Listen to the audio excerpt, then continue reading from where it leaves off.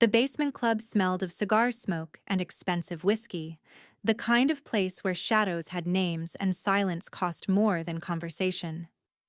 Ellen Thompson wiped down the bar with practiced efficiency, her movements so smooth they bordered on invisible, exactly how she preferred it. At 26, she had learned that the best way to survive in a world like this was to become part of the furniture, to serve drinks and collect tips without ever really being seen. The dim amber lighting caught the edge of her simple black dress, the uniform that marked her as staff, as someone beneath the notice of the men in $1,000 suits, who conducted business in the private booths. She'd been working at the Crimson Room for 8 months, long enough to know which customers tipped well and which ones you avoided eye contact with at all costs, long enough to recognize the hierarchy of power that governed this underground world, but not long enough to stop her hands from trembling slightly when Elbert Moretti walked through the door. Elbert Moretti. Even his name carried weight in the city, spoken in whispers by those who knew better and in boasts by those who didn't know anything at all. He owned half the waterfront, controlled operations that Ellen didn't want to think about too carefully, and moved through the world with the kind of confidence that came from never having to explain yourself to anyone. Ellen had served his table exactly twice in 8 months, and both times she'd managed to get through the interaction without him actually looking at her face. That was fine with her. Men like Elbert Moretti were dangerous in ways that had nothing to do with their reputation, and Ellen had promised herself after leaving her old life behind that she would never again let herself be noticed by dangerous men. "Table 7 needs a refresh," called Tony from the other end of the bar, his gravelly voice cutting through the low hum of conversation and jazz music. "And Ellen, don't mess this up. That's the boss's private section tonight." Ellen's stomach tightened, but she nodded, loading her tray with the expensive bottles that only got brought out for Albert's personal guests. She moved through the crowd with the same invisible grace, her eyes downcast, her posture submissive in that practiced way that made powerful men dismiss you as harmless. The private section was elevated slightly, separated from the main floor by velvet ropes and the understanding that you didn't approach unless invited. Elbert sat at the head of the table, his dark suit immaculate, his presence commanding even in stillness. But it wasn't Elbert who caught Ellen's attention as she approached. It was the woman sitting beside him. She was older, elegant, with silver hair and kind eyes. Ellen noticed immediately that the woman wasn't participating in the conversation. She sat watching, rather than hearing. When Ellen set down a glass, the woman's hands moved in sign language, asking for water. Without thinking, Ellen signed back. "Of course. Still or sparkling?" The woman's face lit up with delight. "You sign. I'm Petra. That serious man trying to figure out what we're saying is my son, Elbert." Ellen's blood turned to ice. She'd been so caught up in the conversation she'd forgotten where she was. She forced herself to look at Elbert Moretti and found him staring at her with sharp, calculating intensity. "You know sign language?" Elbert said, his voice smooth like aged bourbon. "Yes, sir," Ellen said quietly, falling back into her submissive waitress role. "Can I get you anything else? My mother clearly enjoys talking to you. Sit with us for a moment." "Sir, I'm working—" "I own this club," Elbert said mildly. "Sit." Ellen lowered herself into the chair Petra patted. "Tell me about yourself," Petra signed. "How did you end up working here?" "I needed work," Ellen signed carefully. "This place pays well and asks few questions." Petra's expression shifted knowingly. "Running from something?" Ellen's hands froze. Before she could respond, Elbert spoke. "What is she saying?" "I asked about her background. She's being appropriately evasive, which suggests she has secrets worth keeping. I like her." "Mother, you can't just decide you like people because they have secrets." "Of course I can. You have plenty, and I adore you." Elbert turned to Ellen. "What else do you speak?" The trap was smooth. "Spanish," Ellen said quietly. "Enough to get by." You're lying. Your education shows when you forget to hide it. Private schools, maybe university. Working here isn't about money. It's about hiding. Ellen's pulse hammered. I really should get back to work. What did he say? Petra signed. He's being overbearing and making our guest uncomfortable. Elbert signed back. Good. Petra signed with a smile. She's far too pretty to be invisible. You're scared, Elbert said quietly. Of being found. Ellen stood abruptly. Thank you for the conversation. Petra caught her wrist. Whatever you're running from, I hope you find peace, and I hope I see you again. The kindness made Ellen's eyes sting. She nodded and fled. For the rest of the evening, Ellen could feel Elbert watching her. 3 days later, Petra walked into the Crimson Room alone. I came to see you specifically, she signed. Can we talk? Ellen sat beside her. Why? Because you looked so terribly sad, and because my son hasn't stopped talking about you. Tell me what brought you here. Ellen's defenses cracked. I made mistakes. I trusted someone I shouldn't have. I thought I was building something legitimate, but he was using me to hide his crimes. When everything fell apart, he made sure I took the blame. So I ran, changed my name, became invisible. For how long? 3 years. What was your real name? Ellen hesitated. Claire Peterson. I was an accountant. I specialized in international tax law. I had an office with a view and plans to make partner before I turned 30. And now you serve drinks to criminals, Petra signed, not unkindly. The irony isn't lost on me. Elbert needs someone who isn't careful, someone who sees past the reputation to the man underneath. He's honest in his own way. He doesn't lie about who he is. That's more than your previous partner could claim.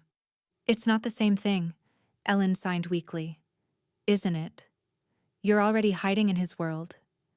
The only question is whether you're brave enough to stop being invisible. The words hit Ellen like a physical blow because they were true. He's going to ask questions. Ellen signed quietly. Your son.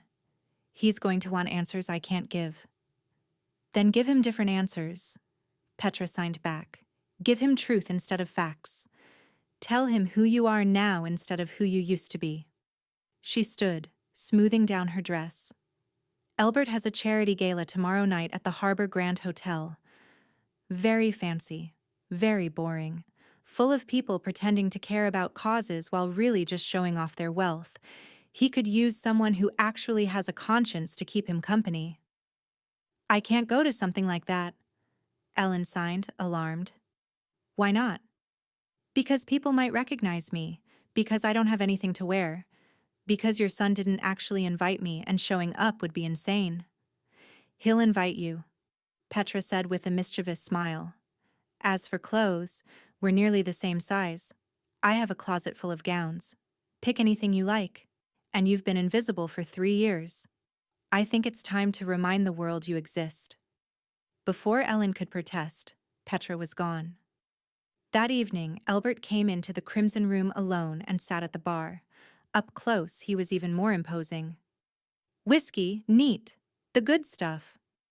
Ellen poured Macallan and tried to move away, but his voice stopped her. My mother visited you today. She thinks you'd make good company at a charity function tomorrow night. You don't have to invite me, Ellen said quickly. I wouldn't be comfortable.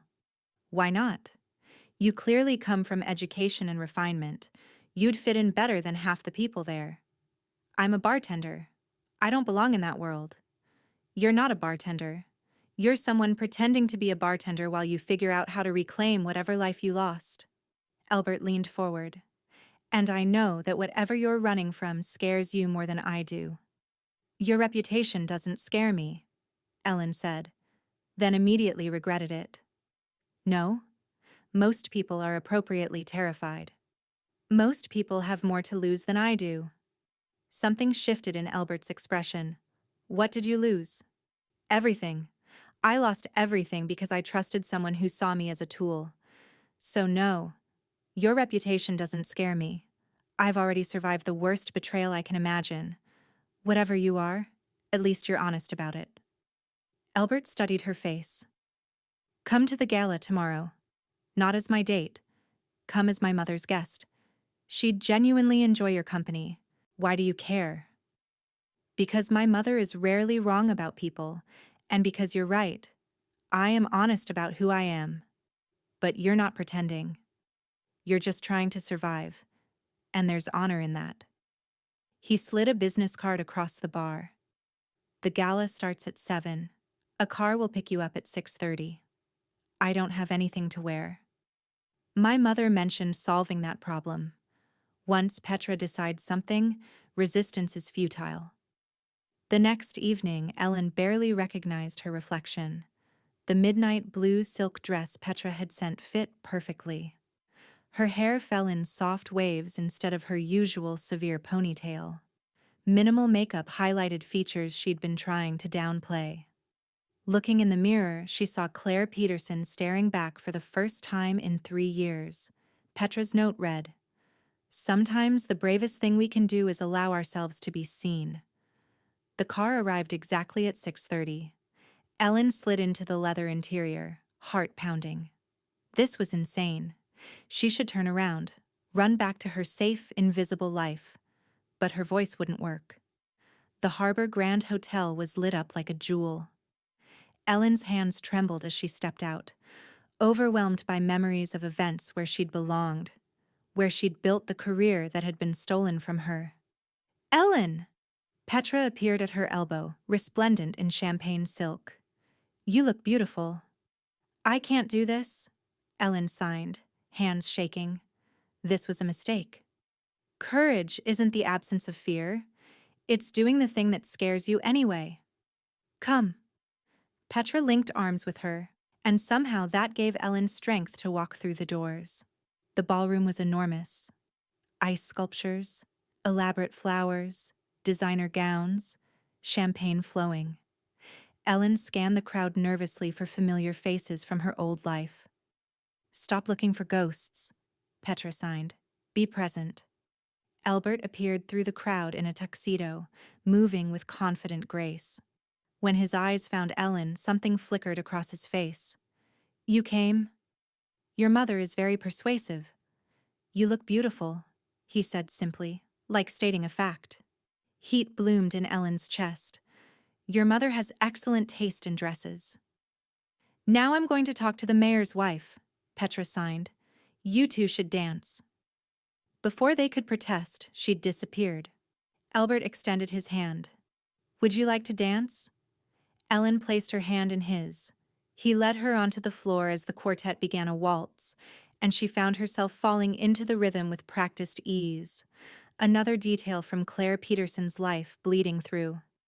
You dance well, Elbert observed. So do you, for someone who claims to be just competent. He smiled. My mother insisted on lessons. Said any man who wanted to lead in business needed to know how to lead on a dance floor first. They moved together with surprising ease. Ellen was hyper-aware of every touch, his hand on her back, their joined hands. It had been so long since she'd been touched with any gentleness. Can I ask you something? Elbert's voice was quiet. The person who betrayed you. Do you know where they are now? Ellen missed a step. His hand steadied her. I don't know. I assume living well somewhere on the money he stole. Why? Because people like that don't stop. And I have resources that could find answers if you wanted them. I don't want revenge. I'm not offering revenge.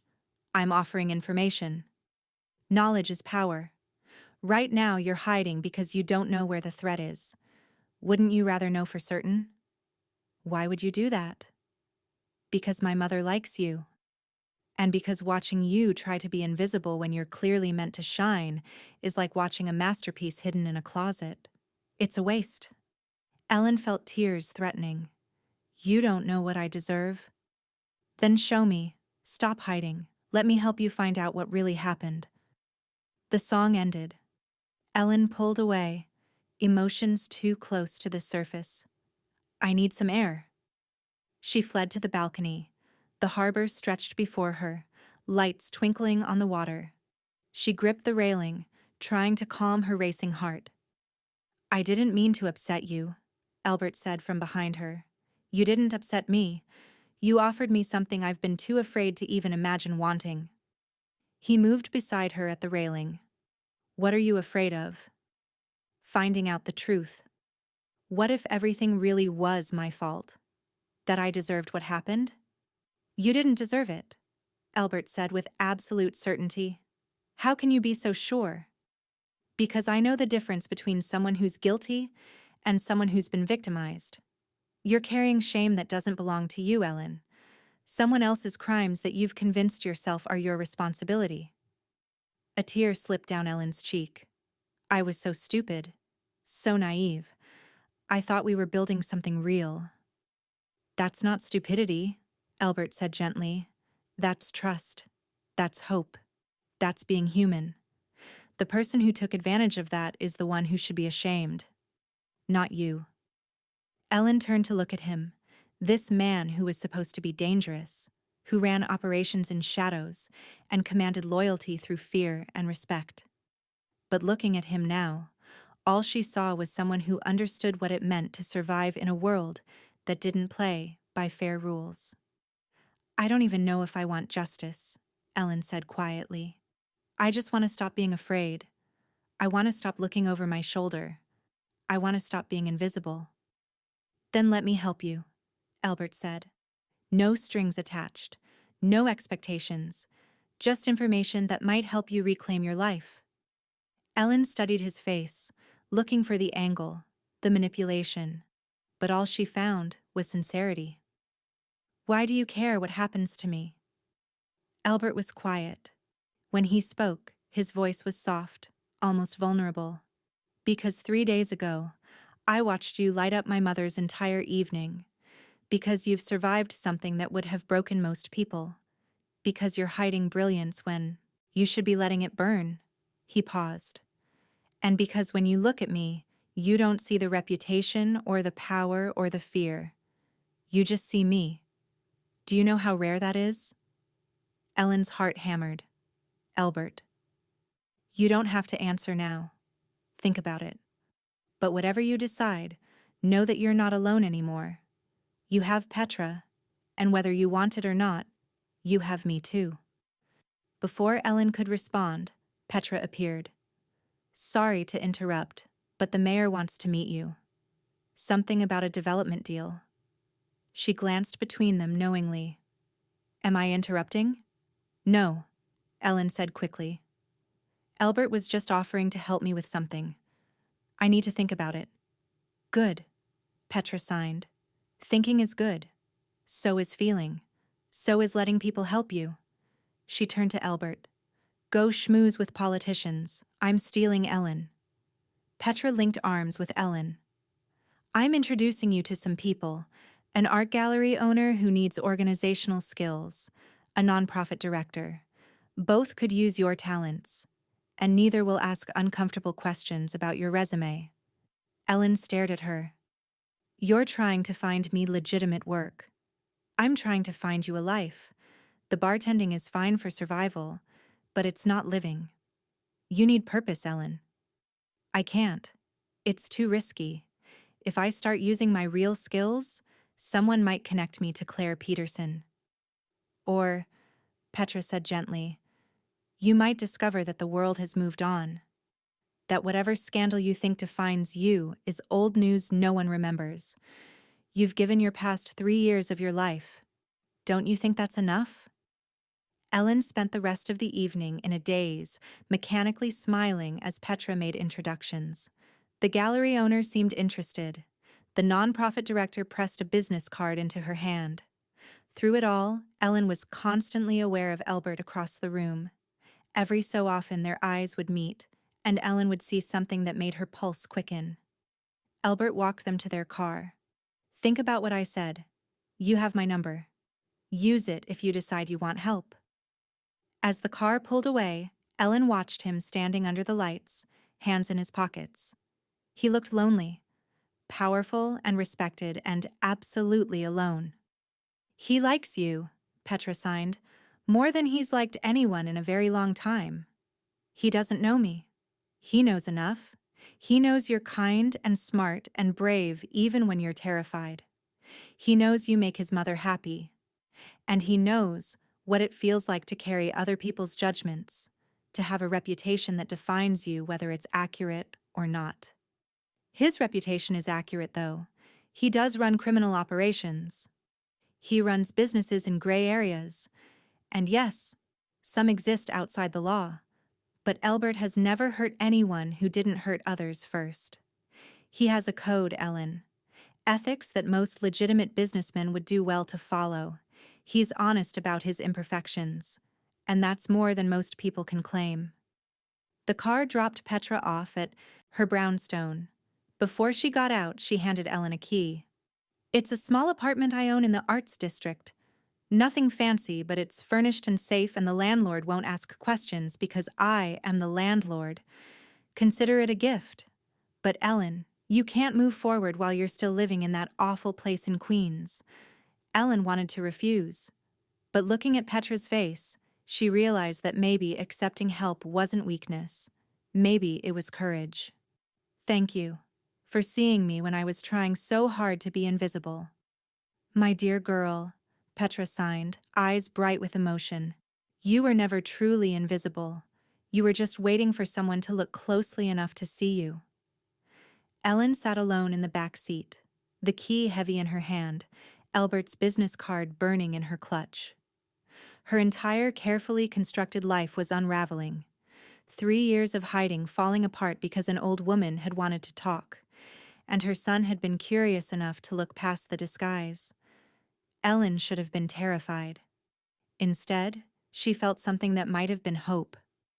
The next week passed in a blur.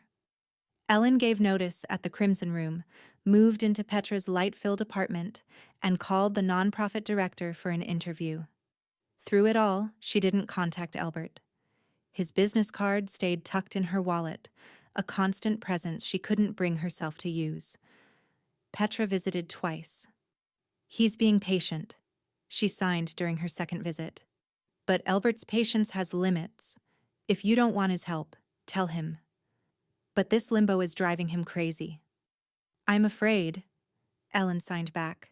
Afraid of what I'll find out. Afraid of what I might owe him. Afraid that wanting his help means I'm weak. Accepting help isn't weakness, it's wisdom. And Elbert doesn't work in obligations, not with people he cares about. 2 days later, Ellen was walking home from her interview when she noticed the man following her. He stayed half a block behind, but Ellen had spent 3 years looking over her shoulder. She recognized surveillance. Her heart hammered as she ducked into a coffee shop and pulled out her phone with shaking hands. She pressed call. Ellen. Elbert answered on the second ring, relief palpable in his voice. Someone's following me, Ellen said, voice tight with controlled panic. I'm at the Blue Moon coffee shop on Laurel Street. Elbert's tone changed instantly. Stay inside. Don't leave. I'm 10 minutes away. Did you recognize him? I don't know. I've never seen him before. But what if after 3 years he finally tracked me down? Then we deal with it. Together. I'm on my way. 7 minutes later, a black SUV pulled up aggressively. Elbert climbed out, followed by 2 large men in dark suits. He walked into the coffee shop and his eyes found Ellen immediately. Relief flashed across his face before cold assessment took over. Show me, he said quietly. Ellen gestured subtly. Gray jacket, pretending to look at his phone. He's been following me for at least 6 blocks, Elbert texted, eyes flicking toward the window. Marcus, he said quietly, and one of the security men approached. Marcus nodded and headed outside. Through the window, Ellen watched Marcus approach the man. There was a brief conversation before the man pulled out identification. Marcus returned, expression surprised. Boss, Marcus said quietly. He's a PI. Says he was hired 3 days ago to locate a woman named Claire Peterson. Client didn't give a reason, just wanted confirmation of location and current identity. Ellen felt the room spin. After 3 years, someone was looking for her. Elbert's hand covered hers on the table, warm and steady. Who hired him? Marcus showed Elbert his phone. Ellen watched Elbert's expression harden. Get him out of here, Elbert said quietly. Make sure he understands his assignment is over. Whatever he was being paid, I'll triple it for him to report back that Claire Peterson is deceased. Car accident 2 years ago. Very tragic. Elbert, you can't. I can, and I will. Whoever is looking for you hired a professional. That means they have resources and determination. We need to buy time to figure out what they want. Marcus left. Money changed hands. The investigator made a quick phone call, then walked away looking relieved. He's going to lie to his client? Ellen asked, stunned. He's going to earn a generous consulting fee to provide information that protects you, and he's going to forget he ever saw you. Ellen should have been horrified by the casual manipulation. Instead, she felt overwhelming relief. Thank you. Don't thank me yet. We need to figure out who hired him and why they're looking for you now after 3 years. He stood, still holding her hand. Come on. We're not having this conversation in a coffee shop. Elbert's office was different in daylight, floor-to-ceiling windows offering a panoramic view of the harbor. Ellen settled into a leather chair while Elbert poured drinks. He handed her a glass of amber liquid that burned pleasantly. Tell me everything, Elbert said. Not the edited version you gave my mother. Everything. Who betrayed you, what they took, and why you're so certain they'd come looking for you again. Ellen took another sip of courage from her glass and began to talk. The words came slowly at first, then faster as 3 years of secrets poured out in a confession she'd never thought she'd make.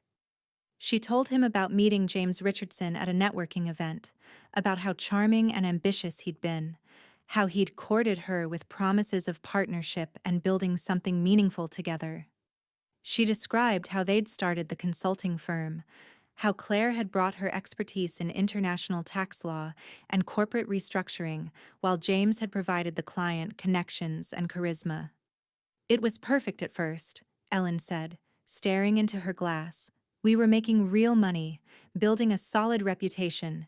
James was brilliant with clients, and I was brilliant with the actual work. It felt like we were unstoppable. She paused, gathering courage. I didn't know he was using our legitimate business to hide money laundering operations for criminal organizations. He'd bring me complex international deals, restructuring for companies that seemed slightly shady but not illegal. I'd create the legal frameworks, set up the corporate structures, handle the tax implications, all of it technically legal, all of it perfectly documented. But he was using your work to hide criminal profits, Elbert said, his voice carefully neutral. Yes, he'd take my legitimate structures and layer additional shell companies on top. Companies I didn't know about. Use my analysis to find loopholes that could be exploited for illegal purposes. And because everything had my name on it, my professional signature, when the federal investigation started, I was the one they came after. Elbert was quiet for a moment. How much money are we talking about? Over $200 million, Ellen said quietly. Laundered through systems I'd helped create, even though I had no idea what they were really being used for. James had everything documented to make it look like I was the mastermind, and he was just the face man who didn't understand the technical details. But you weren't charged, Elbert pointed out. The investigation didn't result in prosecution. Because James disappeared the day the federal agents showed up at our office, Ellen explained. He vanished with all the original documentation that could have proved my innocence, all the communications that showed him directing me to create specific structures. Without that evidence, the prosecution couldn't prove beyond reasonable doubt that I'd known about the illegal activities. But they also couldn't prove I hadn't known. So they froze my assets, destroyed my professional reputation, and left me in legal limbo. No charges, but no exoneration either. Elbert stood and walked to the windows, his back to Ellen as he processed the information. And you think James hired the investigator to find you now? Why? If he got away clean, why risk exposing his location by searching for you? I don't know, Ellen admitted. That's what terrifies me. Maybe he thinks I have evidence against him. Maybe he wants to make sure I can't testify if he's ever caught. Maybe. Her voice dropped to a whisper. Maybe he wants to finish destroying me just to make sure I can never come back. Elbert turned, his expression dark. Or maybe he's in trouble and needs someone to blame again. If he's been caught or is about to be caught, pinning everything on you a second time would be his play. The thought made Ellen's stomach turn. I can't go through that again. I barely survived it the first time. You won't have to, Elbert said with absolute certainty. He returned to his desk and opened his laptop. Give me everything you remember about James Richardson. Real name, aliases, last known location, physical description, everything. My people are very good at finding people who don't want to be found. Ellen recited everything she could remember, watching Elbert type with swift efficiency. When she finished, he made a phone call that lasted less than a minute. My investigator will have preliminary information by tomorrow, Elbert said. And Ellen, whatever we find, whatever James is planning, you're not alone in this. You have resources now. You have protection. You have me. The simple declaration made Ellen's eyes sting with tears. Why are you doing this? You barely know me. This isn't your problem. Elbert came around the desk and crouched in front of her chair, taking both her hands in his. 3 weeks ago, I watched you spend 30 minutes talking to my mother about her life, her travels, her experiences. You asked questions and listened to answers and made her feel seen in a way most people never bother to do. You did that without knowing who I was, without hoping for anything in return, just because you're fundamentally kind. He paused, his thumbs tracing circles on the backs of her hands. And then I learned you were hiding brilliance and strength under a disguise because someone had convinced you that you deserved to be invisible. That made me angry, Ellen. That made me want to find whoever did that to you and make them understand what it feels like to lose everything. That's not justice, Ellen whispered. That's revenge. Sometimes they're the same thing, Elbert said.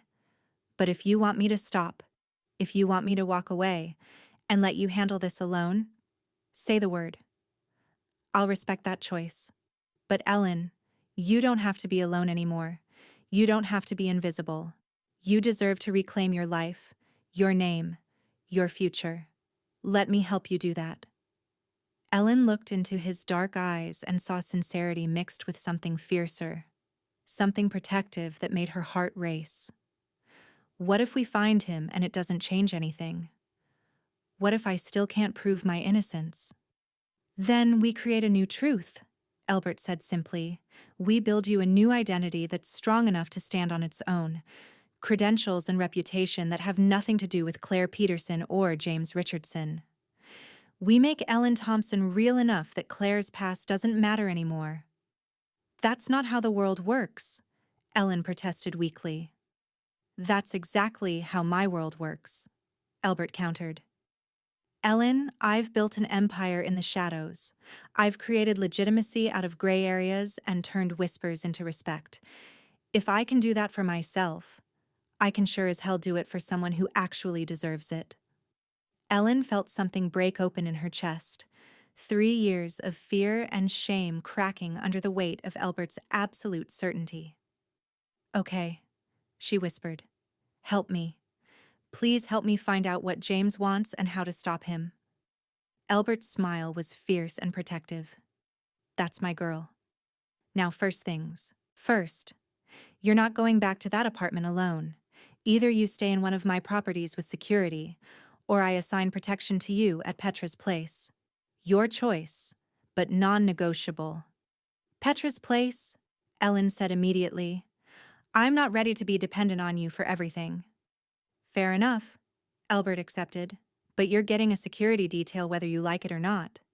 2 guards, rotating shifts, completely unobtrusive. You won't even know they're there unless there's a problem. Ellen wanted to argue, but the memory of the investigator's patient surveillance stopped her. Okay. But Elbert, what do I tell your mother? She's going to notice armed guards hanging around. Tell her the truth, Elbert said, that your past caught up with you and I'm helping you deal with it. My mother has lived in my world long enough to understand the value of security. She won't ask questions you're not ready to answer. Over the next 48 hours, Elbert's investigator worked miracles that would have taken Ellen months or years to accomplish on her own. James Richardson, it turned out, had not been living quietly in exile. He'd been operating under a new name in Miami, building another consulting firm, finding new victims to exploit. But 3 months ago, one of those victims had gotten suspicious and started asking questions. James had fled Miami just ahead of another federal investigation, and now he was desperate. He's broke, Elbert explained, showing Ellen the report on his tablet as they sat in his office late on the second evening. Whatever money he stole 3 years ago, he spent it. The new firm in Miami never got profitable enough to sustain his lifestyle. He's being investigated, his assets are frozen, and he's looking for an exit strategy. And I'm his exit strategy, Ellen said dully. He wants to blame me again. Worse than that. Elbert scrolled to another section of the report. He's been trying to make contact with some of his old clients, the ones he laundered money for. He's offering to provide evidence that would reopen the case against Claire Peterson, claiming he has proof you were the mastermind and he was just a dupe who got caught up in your schemes. Ellen felt sick. He's going to destroy what's left of my reputation to save himself. He's going to try, Elbert corrected. But Ellen, here's the thing. My investigator found something interesting buried in the Miami files. James kept records. Detailed records of every illegal transaction, every client meeting, every instruction he gave you. He kept them as insurance, probably to make sure none of his criminal clients turned on him. Ellen's heart started pounding. Insurance that proves I didn't know what he was doing? Potentially, Elbert said carefully. The files are encrypted and stored on a private server, but my people think they can access them. The question is, what do you want to do with the information once we have it? Ellen stared at the tablet, at the evidence that her innocence might finally be provable. I want to go to the authorities. I want to clear my name. I want Claire Peterson to stop being a cautionary tale and become a person again. That's going to mean exposure, Elbert warned. It's going to mean putting yourself back in the spotlight, answering questions, possibly testifying if James is charged. It's going to mean the end of invisibility. Good, Ellen said, surprised by the strength in her own voice. I'm tired of being invisible. I'm tired of letting James's lies define my life. If there's a chance to prove the truth, I want to take it. Elbert's smile was proud and fierce. Okay then. My tech specialist will have those files by morning. And Ellen, when we go to the authorities, we're going with overwhelming evidence. We're going with a narrative so tight that no one can possibly doubt your innocence. We're going to bury James Richardson so thoroughly that he'll wish he'd stayed invisible himself. The next week passed in a whirlwind of preparation. Elbert's tech specialist cracked James's encryption and found exactly what they'd hoped for. Detailed records of every illegal transaction complete with emails and voice recordings, proving James had deliberately deceived Ellen about the true nature of their clients. Elbert's lawyers prepared documents that presented the evidence in clear, undeniable narrative. And Ellen, with Petra's encouragement and Elbert's support, prepared herself to step back into the light. Are you nervous? Petra asked the night before Ellen's meeting with the federal prosecutor. They were sitting in Petra's apartment, Ellen wearing one of her old suits that Petra had helped her pick out from a shopping trip that afternoon. Terrified, Ellen signed honestly. What if they don't believe me? What if the evidence isn't enough? Then Elbert will make it enough, Petra signed back. My son has many talents, but his greatest is his ability to make people see the truth he wants them to see. If he says you're innocent, Ellen, people will believe him. That's not justice, though, Ellen protested. That's manipulation. Is it? Petra's expression was thoughtful. Or is it just using privilege and power to give truth a platform it wouldn't otherwise have? You are innocent, Ellen. The evidence proves that. All Elbert is doing is making sure the right people pay attention to that evidence instead of dismissing it because it's inconvenient. The next morning, Ellen walked into the federal building with Elbert on one side and his lead attorney on the other. She wore her old armor, the professional clothes and confident posture of Claire Peterson, but underneath, she felt like Ellen Thompson, scared and scarred and determined to survive. The prosecutor was a woman in her 40s named Catherine Walsh, sharp-eyed and skeptical as Elbert's lawyer presented the evidence.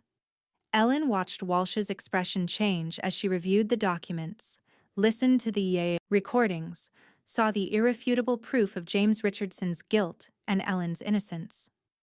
This is compelling, Walsh said finally, but it doesn't explain why you ran 3 years ago instead of presenting this evidence then. Because I didn't have it then, Ellen said quietly. James disappeared with all the original files, without his records, without his communications. I couldn't prove I'd been deceived. So I ran because I was terrified and alone, and I thought no one would ever believe me.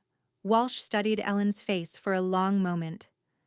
And how did you obtain these files now? Because if they were illegally accessed?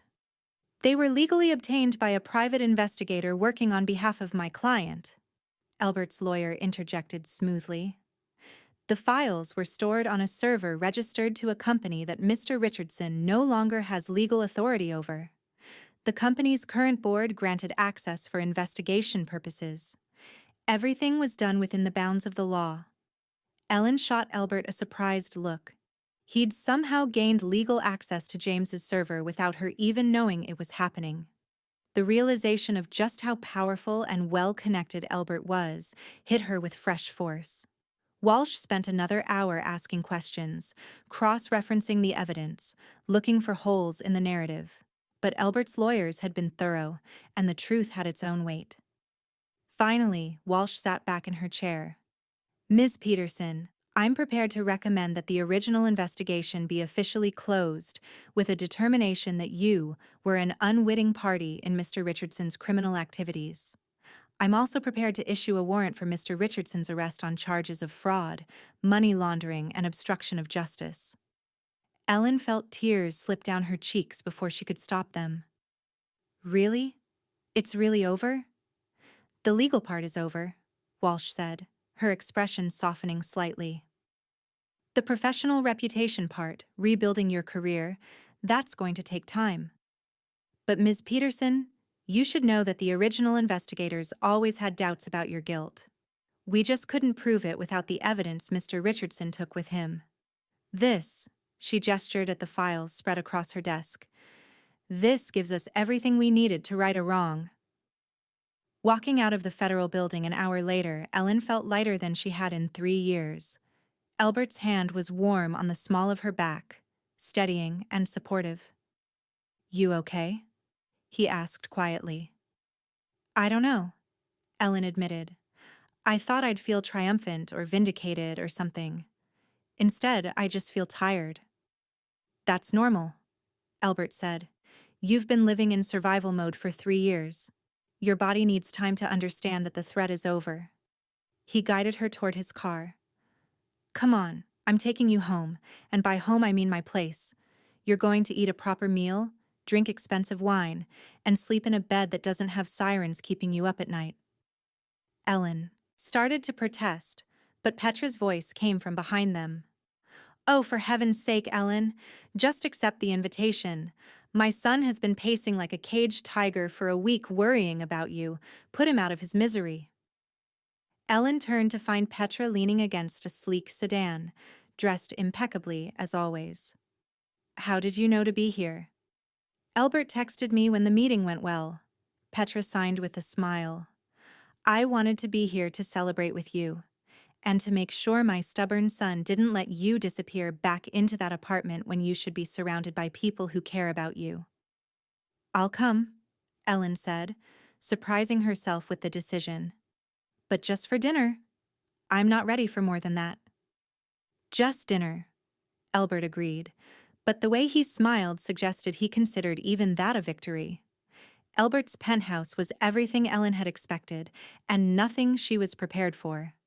Luxury, certainly, with floor-to-ceiling windows and expensive furniture and art that probably cost more than Ellen had made in her entire previous career. But it was also unexpectedly warm, lived in, with books scattered on tables and family photos on the mantel, and a ridiculous number of plants that suggested someone actually cared about the space. Your decorator has good taste, Ellen said, examining a painting of the harbor at sunset. I don't have a decorator, Elbert said from the kitchen where he was doing something that involved a lot of efficient chopping and what smelled like garlic and wine. I picked everything myself. Decorators try to make spaces look like someone lives there. I prefer to actually live in mine. Ellen wandered through the space, surprised by how much it revealed about Elbert. Classical music vinyl collection, first editions of philosophy texts, photographs of Petra at various ages, always smiling. You cook?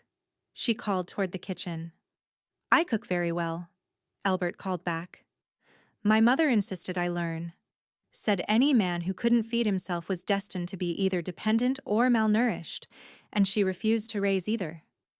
Ellen found herself smiling as she joined him in the kitchen.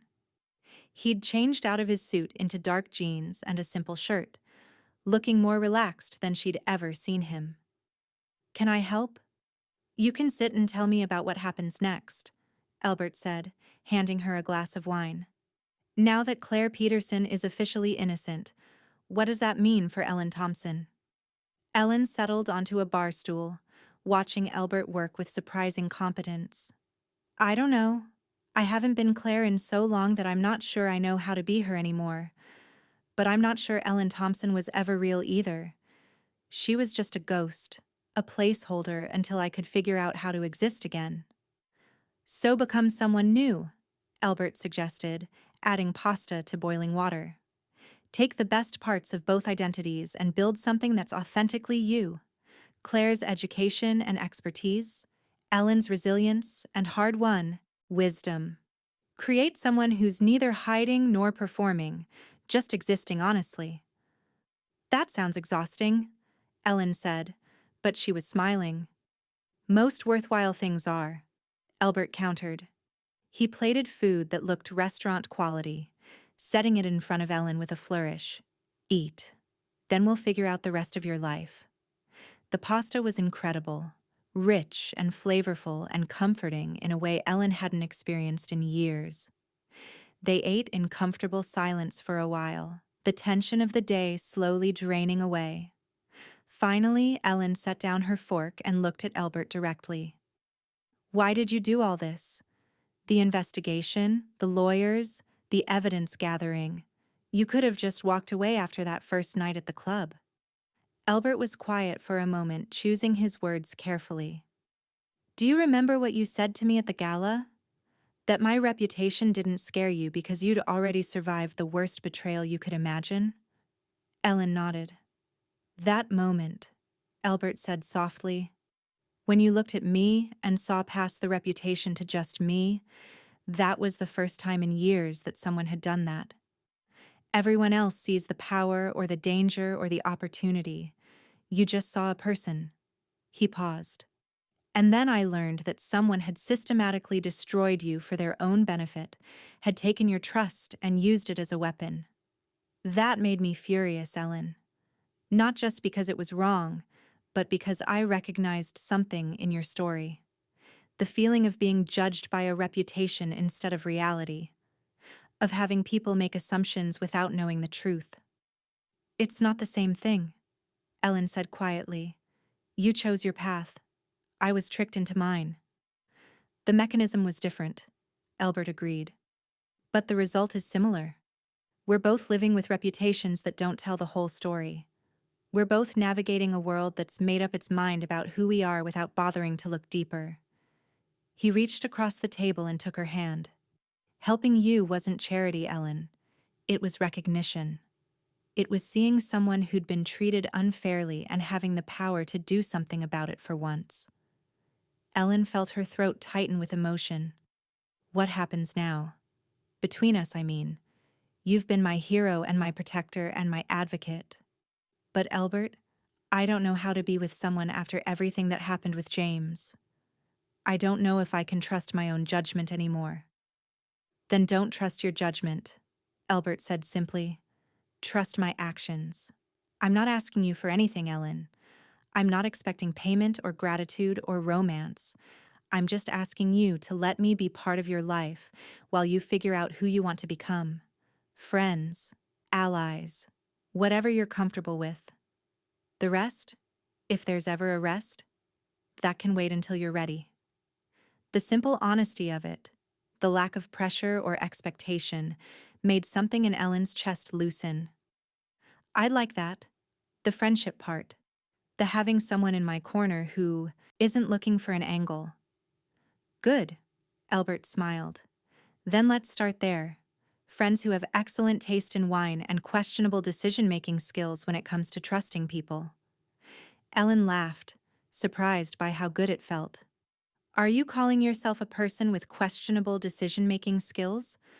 I run a criminal empire and decided to fall for a woman I met because she was kind to my mother, Elbert said wryly. My decision-making is objectively terrible. Ellen's breath caught. Fall for? Elbert's expression became serious. I'm not going to lie to you, Ellen, not about this. Yes, I've fallen for you. How could I not? You're brilliant and resilient and kind even after someone tried to destroy you. You learned an entire language just to include someone. You chose integrity over ease, truth over comfort. You're exactly the kind of person I didn't think existed in my world. He squeezed her hand gently. But I also know you're not ready for that. You're barely ready to exist in your own skin again, let alone trust someone else with your heart.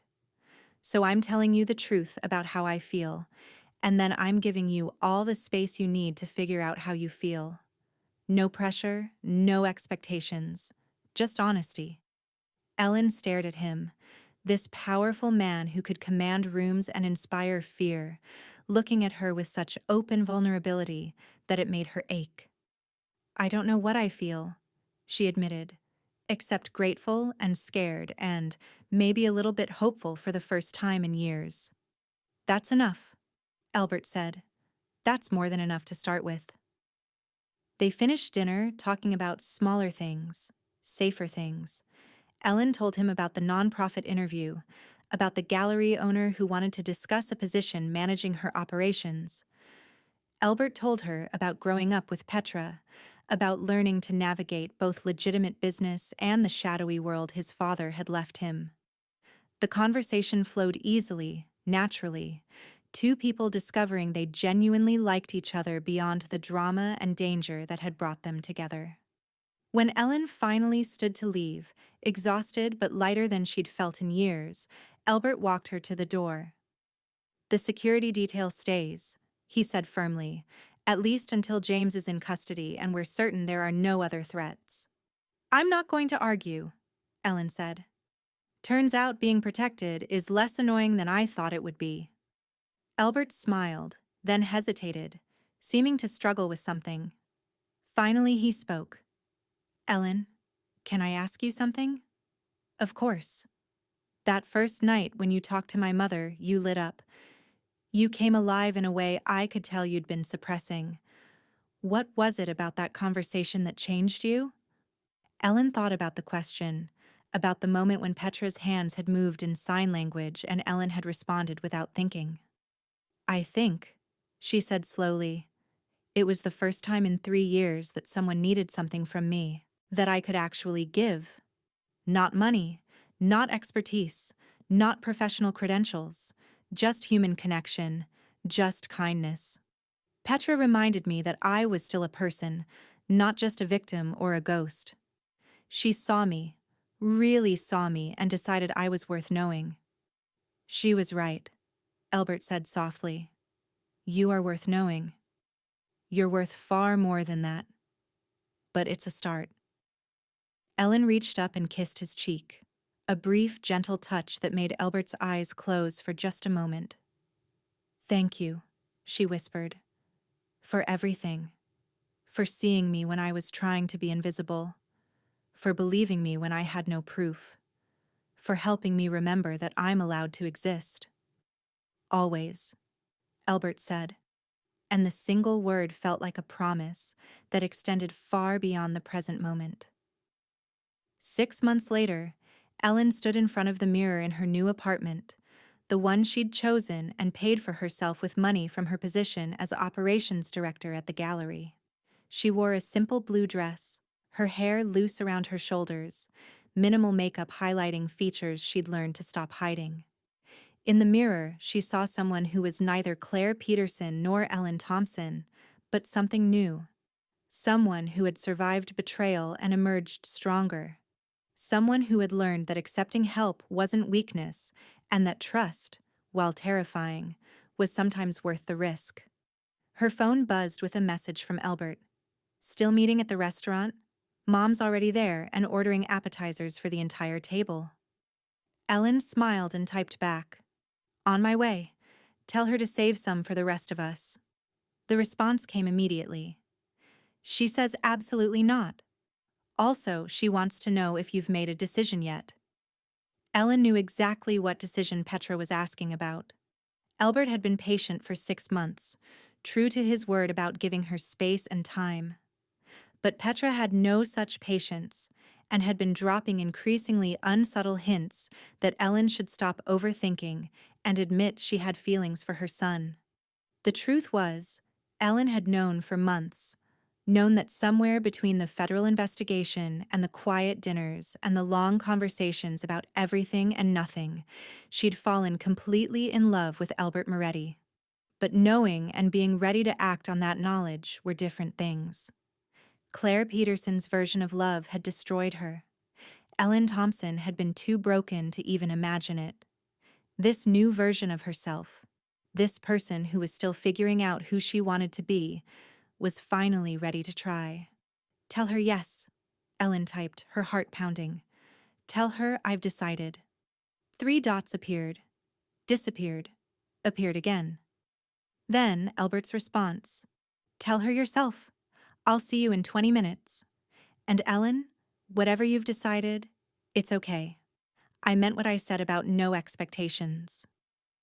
Ellen locked her apartment and headed out, nodding to Marcus, who was still doing occasional security sweeps, even though James Richardson was serving 10 years in federal prison and had been thoroughly destroyed in both legal and criminal circles. The restaurant was one of Elbert's, upscale but not pretentious, with a private room in the back, where Petra held court like the queen she secretly was. Ellen found them at a table laden with enough appetizers to feed a small army. Petra spotted her first and immediately started signing. Finally, I was beginning to think you'd changed your mind. Elbert has been checking his phone every 30 seconds like a nervous teenager. Mother, Elbert said with exasperation, but he was smiling.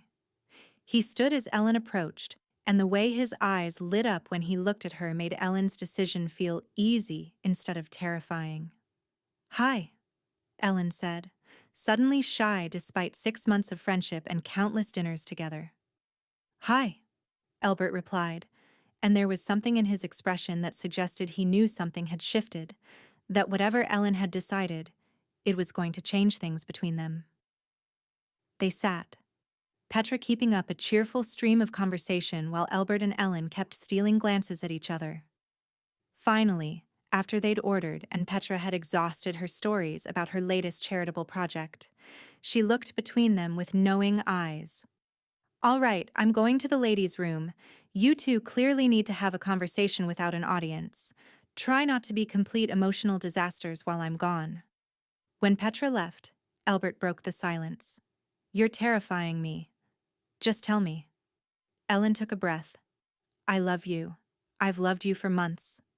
I'm still figuring out who I am, but I want to do it with you beside me, if you still want that. Elbert's smile was radiant. You haven't waited too long. He kissed her knuckles. I love you too, Ellen. Whoever you are, and whoever you're becoming. Even the broken parts? She whispered. Especially those, he said fiercely. They made you brave. They brought you to me.